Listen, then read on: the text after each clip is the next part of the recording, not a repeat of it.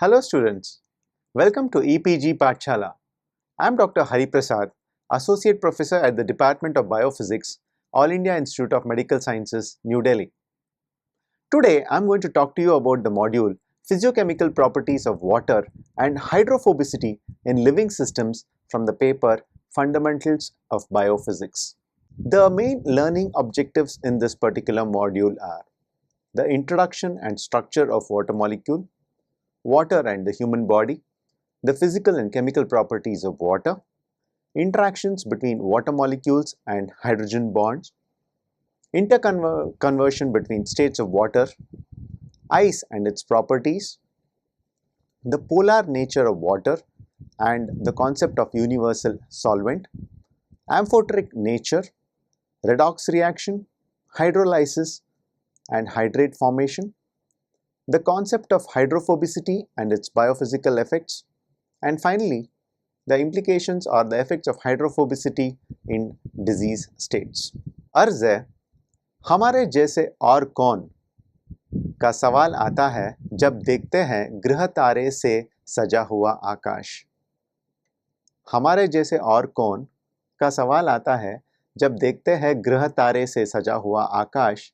सच तो ये है दोस्तों, ना है जिंदगी की पुकार या दिल की धड़कन, खोज है मीठा पानी की तलाश। Thank you. Water, as we know, is called as H2O and was conceived way back in the year 1973. It is a transparent, tasteless and odorless substance. The most common substance on earth is water, making up to 71% of the earth's surface. And because this extensive coverage or the planet being covered by this particular water, it is called as the blue planet. It forms the essential part of many living organisms. It is 98% of the jellyfish. It constitutes 94% of a 3-month human fetus, 72% of the newborn infant, and 60% of the adult. It in fact is the only chemical that naturally exists in all three states, that is the solid, liquid and gas. And most importantly, water is the universal solvent. Water and the human body. Students, even as you see me, you need to understand that you see almost 70% of water. Yes, that's true, because my body is made up of 70% of water. 92% of blood plasma, 80% of muscle tissues, 60% of red blood cells. Water is the best solvent in the cells, also known as universal solvent. It maintains a three-dimensional structure of biopolymers. It's an integral part of membranes and numerous structural components. It maintains the physical properties of the cytoplasm. It acts as a dispersion media near the surfaces of the macromolecules suspended in the cells. Water as a chemical entity. Water is made up of 3 atoms, 1 oxygen and 2 hydrogen atoms. Oxygen has an electronic configuration of 1s2, 2s2 and 2p4. The 2 s orbitals and the 2 p orbitals hybridize to form 4 sp3 hybrid orbitals, giving it a tetrahedral shape. Each hydrogen nucleus is bound to the central oxygen atom by a pair of electrons that are shared between them. This shared electron pair is called as the covalent chemical bond, or also the sigma bond between the oxygen and hydrogen. The water is tiny, electrically neutral and a V-shaped molecule with a molecular diameter of about 2.75 angstrom. Although the water molecule carries no net electric charge, its 8 electrons are not distributed uniformly. There is slightly more negative charge, that is pink, at the oxygen end of the molecule, and the compensative positive charge, which is shown as white, at the hydrogen end.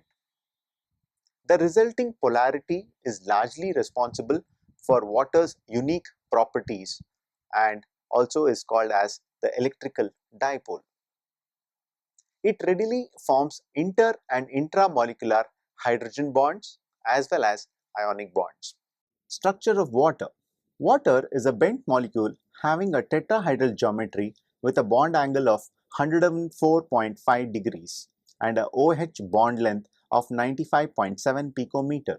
Because the two non-bonding pairs remain closer to the oxygen atom, these exert a strong repulsion against the two covalent bonding pairs, effectively pushing the hydrogen atoms closer together. The result is a distorted tetrahedral arrangement in which the HOH angle is 104.5 degrees. As you can see from the figures, it is clearly demonstrated that the non-bonding electron pairs are on one particular side and the bonding electron pairs are onto another side. Properties of water. Water is a clear, colorless, odorless and tasteless liquid. The colors, tastes and odors are more caused by the substances that dissolve in water. The density of water is 1 gram per ml at 4 degrees centigrade. At sea level, pure water boils at 100 degrees centigrade and freezes at 0 degrees centigrade. The boiling temperature of water decreases at higher elevations, that is, at lower atmospheric pressure. It is for this reason that an egg takes longer to boil at higher altitudes. Interaction between water molecules. Oxygen is highly electronegative and gains partial negative charge by withdrawing electron density from two hydrogen atoms to which it is covalently bonded, leaving them with partial positive charges. In ice, every water molecule acts as a donor in the two hydrogen bonds and an acceptor in two hydrogen bonds. Its molecules are more ordered and less densely packed than liquid water. Water has a balanced number of hydrogen bond donors and acceptors. At the same time, molecules in the gases are much more spread out than solids or liquids. They vibrate and move freely at high speeds. There are what you call as hydrogen bonds that exist between water molecules. In the liquid phase, water molecules are associated together by hydrogen bonds. It is formed between a highly electronegative atom of a polar molecule and a hydrogen. One hydrogen bond is weak, but many hydrogen bonds together are very strong. The negative oxygen end of one water molecule is attracted to the positive hydrogen end of another water molecule, forming a hydrogen bond. As we can see from the figure, water exists in three fundamental states: as a solid, liquid and gas. As a solid, we perceive them as ice. As liquid, we know them as water. And in the gaseous phase, we come across as water vapor. These three states are interchangeable depending upon the absorption of heat or dissipation of heat. Liquid freezes to a solid. The solid sometimes can directly be converted to a gas through a process called as sublimation, and gas condenses to form liquid. At the same time, with heat, ice melts to give water, water evaporates to give gas, and gas condenses to give solid. Physical properties of water. Hydrogen bonds make water cohesive, that is, its molecules stick to each other. Plants transport water from roots to the leaves against gravity using this particular phenomena. Water has high surface tension because hydrogen bonds among the surface water molecules resist stretching or breaking the surface, forming an invisible film. Water makes hydrogen bonds with other surfaces such as glass, soil, plant tissues, making it sticky, and this particular property is known as adhesion. Water molecules will tow with each other along a thin glass tube, giving it a capillary action.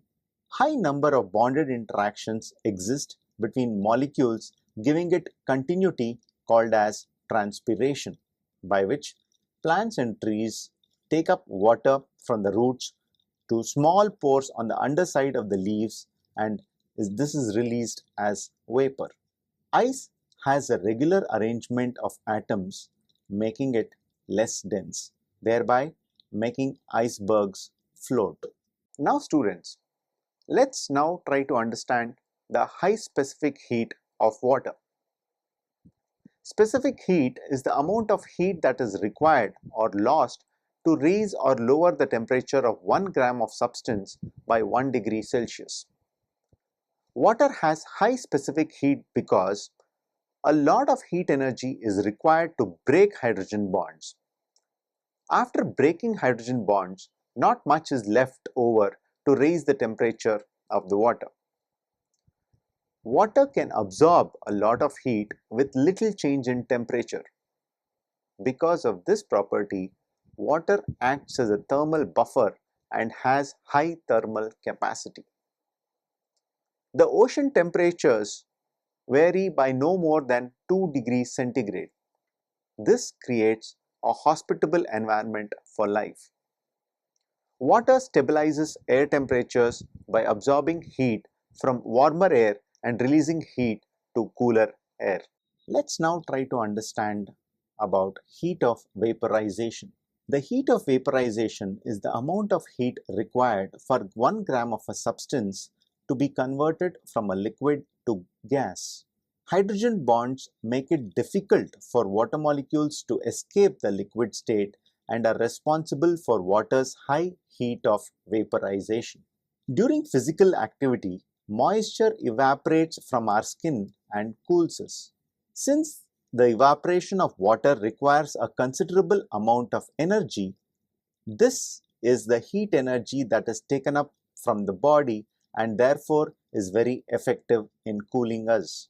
Water also helps in the moderation of the global climate by absorbing solar radiation and dissipating the heat by evaporation of surface water. Density of ice is less than water. Let's try to understand this particular concept. Most liquids become more dense as you cool them, with the exception of water. Density of water is 1 gram per ml at 4 degrees centigrade, whereas the density of ice is 0.92 gram per ml at 0 degrees centigrade.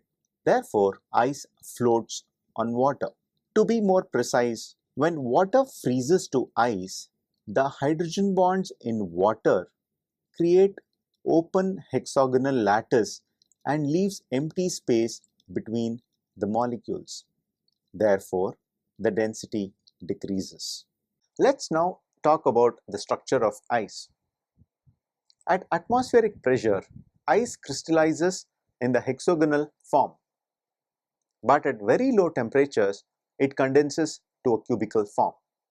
Each oxygen atom is surrounded tetrahedrally by 4 other oxygen atoms at a distance of 276 picometer. The hydrogen bonding gives ice a rather open type structure with wide holes. These holes can hold some other molecules of appropriate size interstitially. The density of ice is therefore less than that of water, and rightly so, an ice cube floats on water. In the winter season, ice formed on the surface of a lake provides thermal insulation which ensures the survival of the aquatic life. This fact is of great ecological significance. Usefulness of water density prevents water from freezing bottom up in oceans and lakes. Ice forms on the surface first. The freezing of water releases heat to the water below, creating insulation. It therefore makes transition between seasons less abrupt. Water has a polar nature. In each water molecule, the oxygen atom attracts more than its fair share of electrons.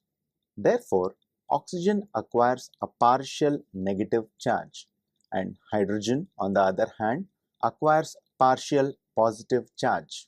This causes the water to be polar by nature. Water with the equal number of electrons and protons is neutral. Due to its polarity, water can form hydrogen bonding which is a very important parameter for all the physical and chemical properties. Let us now try to understand the hydrogen bonds that exist between water molecules. Water molecules have a tendency to form hydrogen bonds with the other water molecules. The partial negative charge on oxygen end of one water molecule is attracted to the partial positive charge of hydrogen end of another water molecule to form a hydrogen bond. These are continuously forming, breaking, and flow past one another as shown in this particular diagram.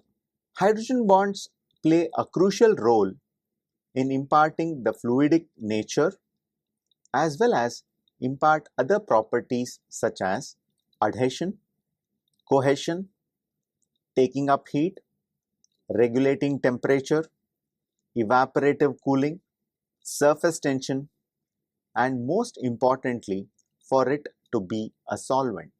Water molecules are also attracted to other polar molecules and to other ions.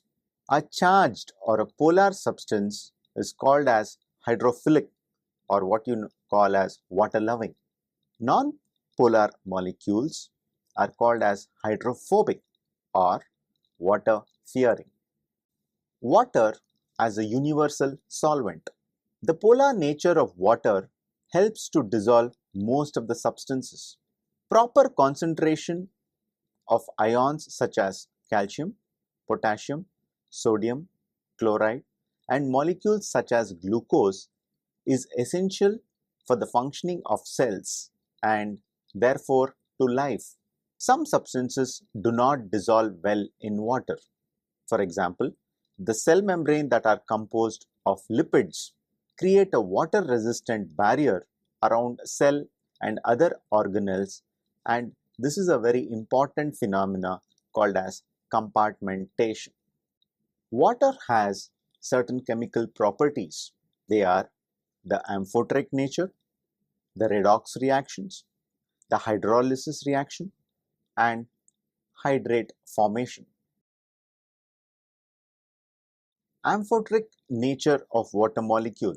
This has an ability to act as an acid as well as a base. For example, it acts as an acid with NH3 and as a base with hydrogen sulfide.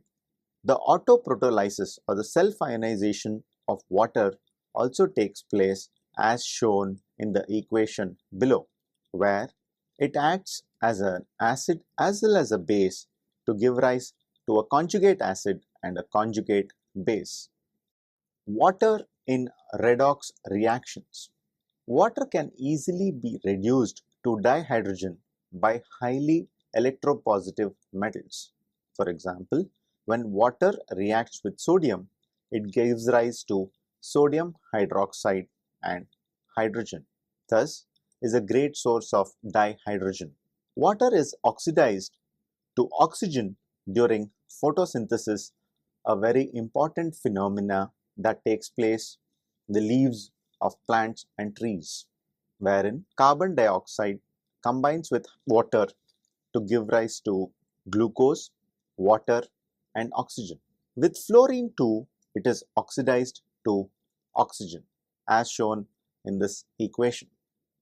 What is hydrolysis? Hydrolysis is the process of breakdown of water into oxygen and hydrogen.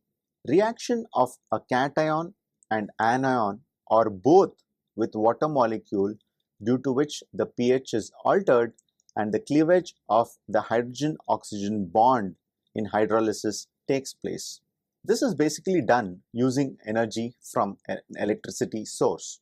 Oxygen with its partial negative nature collects at the anode and hydrogen with its partial positive charge collects at the cathode.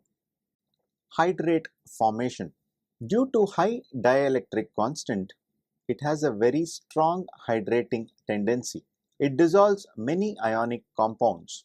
Certain covalent and some ionic compounds are hydrolyzed in water. Few of the examples are given here below. Hydrate formation.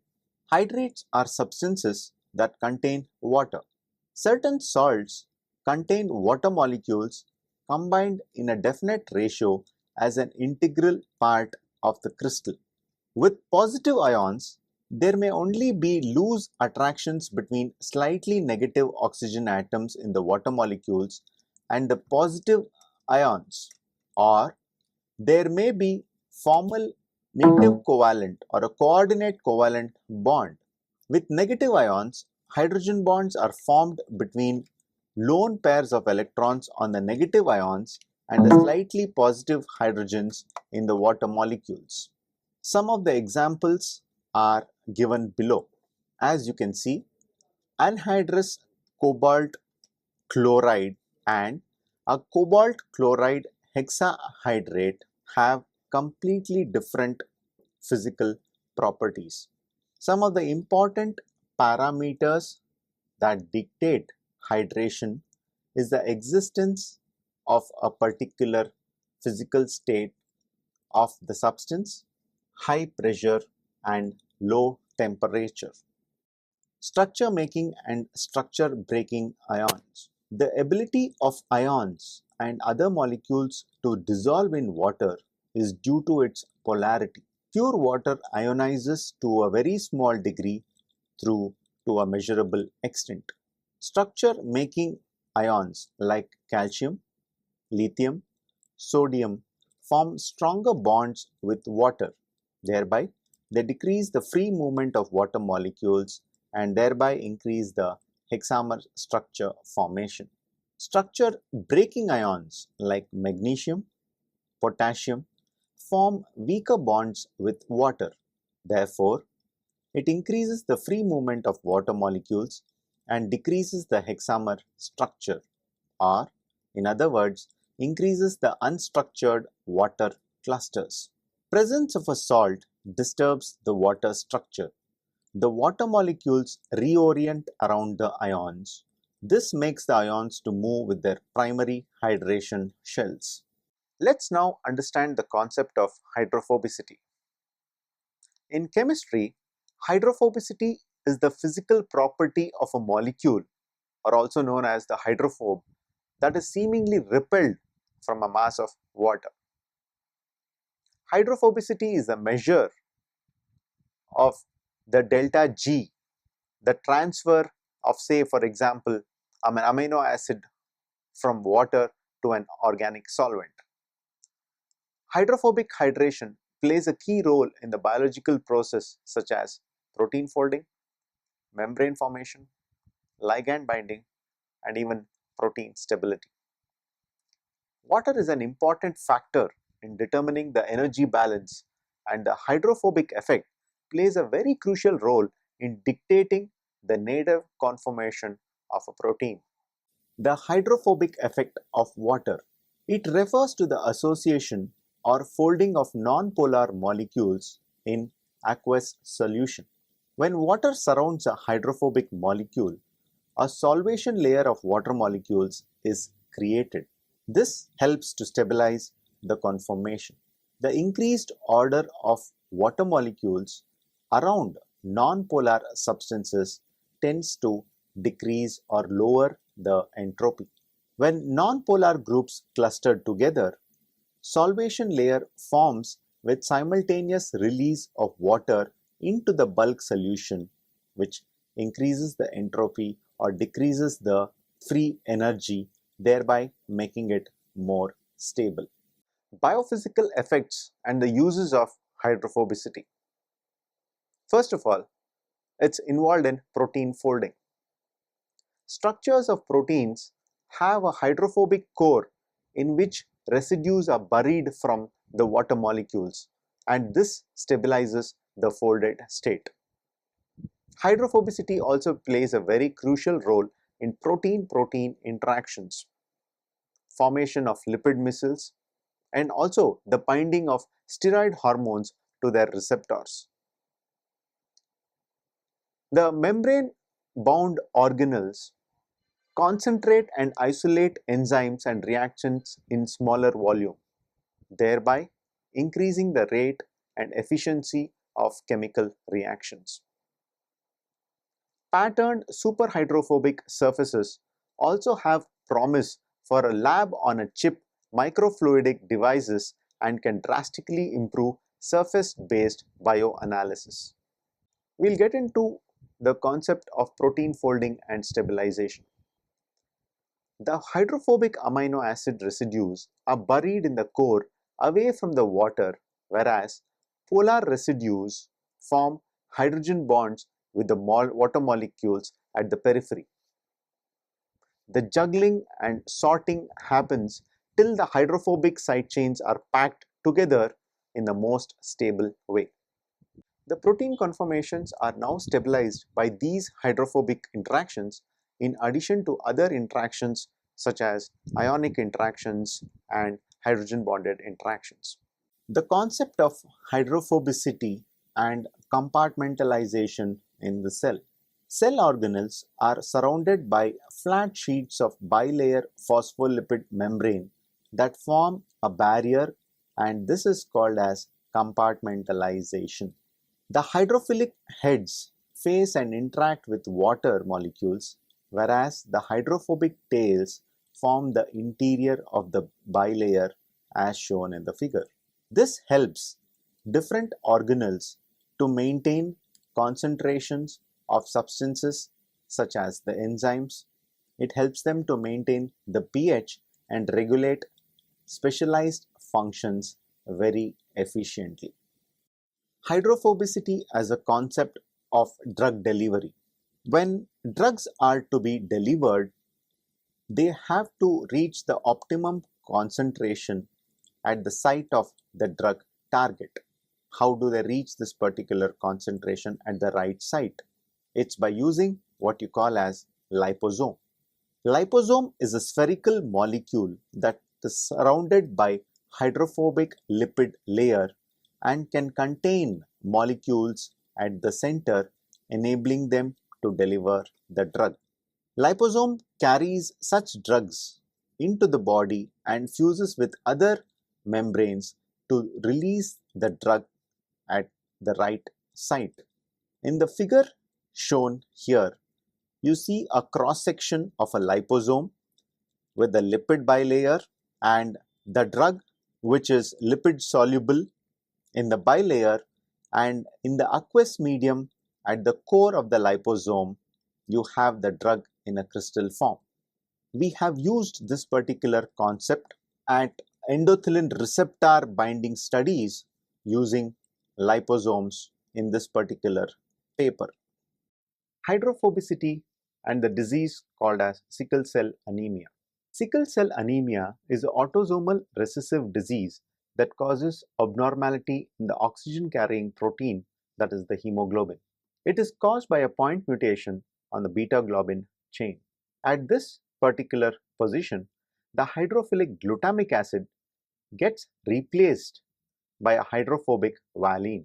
The sixth position is located at the surface of the beta chain where it normally would be exposed to water.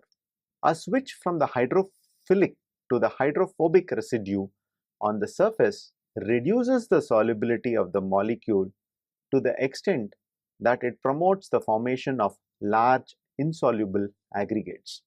These aggregates then clog the blood vessels, resulting in the various signs and symptoms related to this particular disease. Hydrophobicity and disease with respect to Alzheimer's disease. First of all, let us try to understand the etiopathogenesis of Alzheimer's disease. There is what you call as a amyloid precursor protein, which is a membrane protein. This particular protein is cleaved at the N-terminal by the beta secretase and at the C-terminal by the gamma secretase. This helps to release a 42 residue peptide, which is called as the amyloid beta fragment. The amyloid beta fragment, though generally known to sometimes have a random conformation, takes up an anti-parallel beta sheet and tends to oligomerize with the other amyloid beta molecules. This subsequently, like small ion filings that come together, leads to the process of aggregation.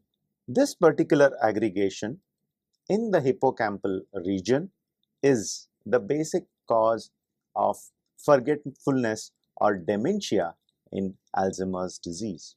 This particular aggregation has been sought by many to be prevented, and a lot of research has gone to understanding the amyloid beta aggregation as well as ways to inhibit this particular aggregation.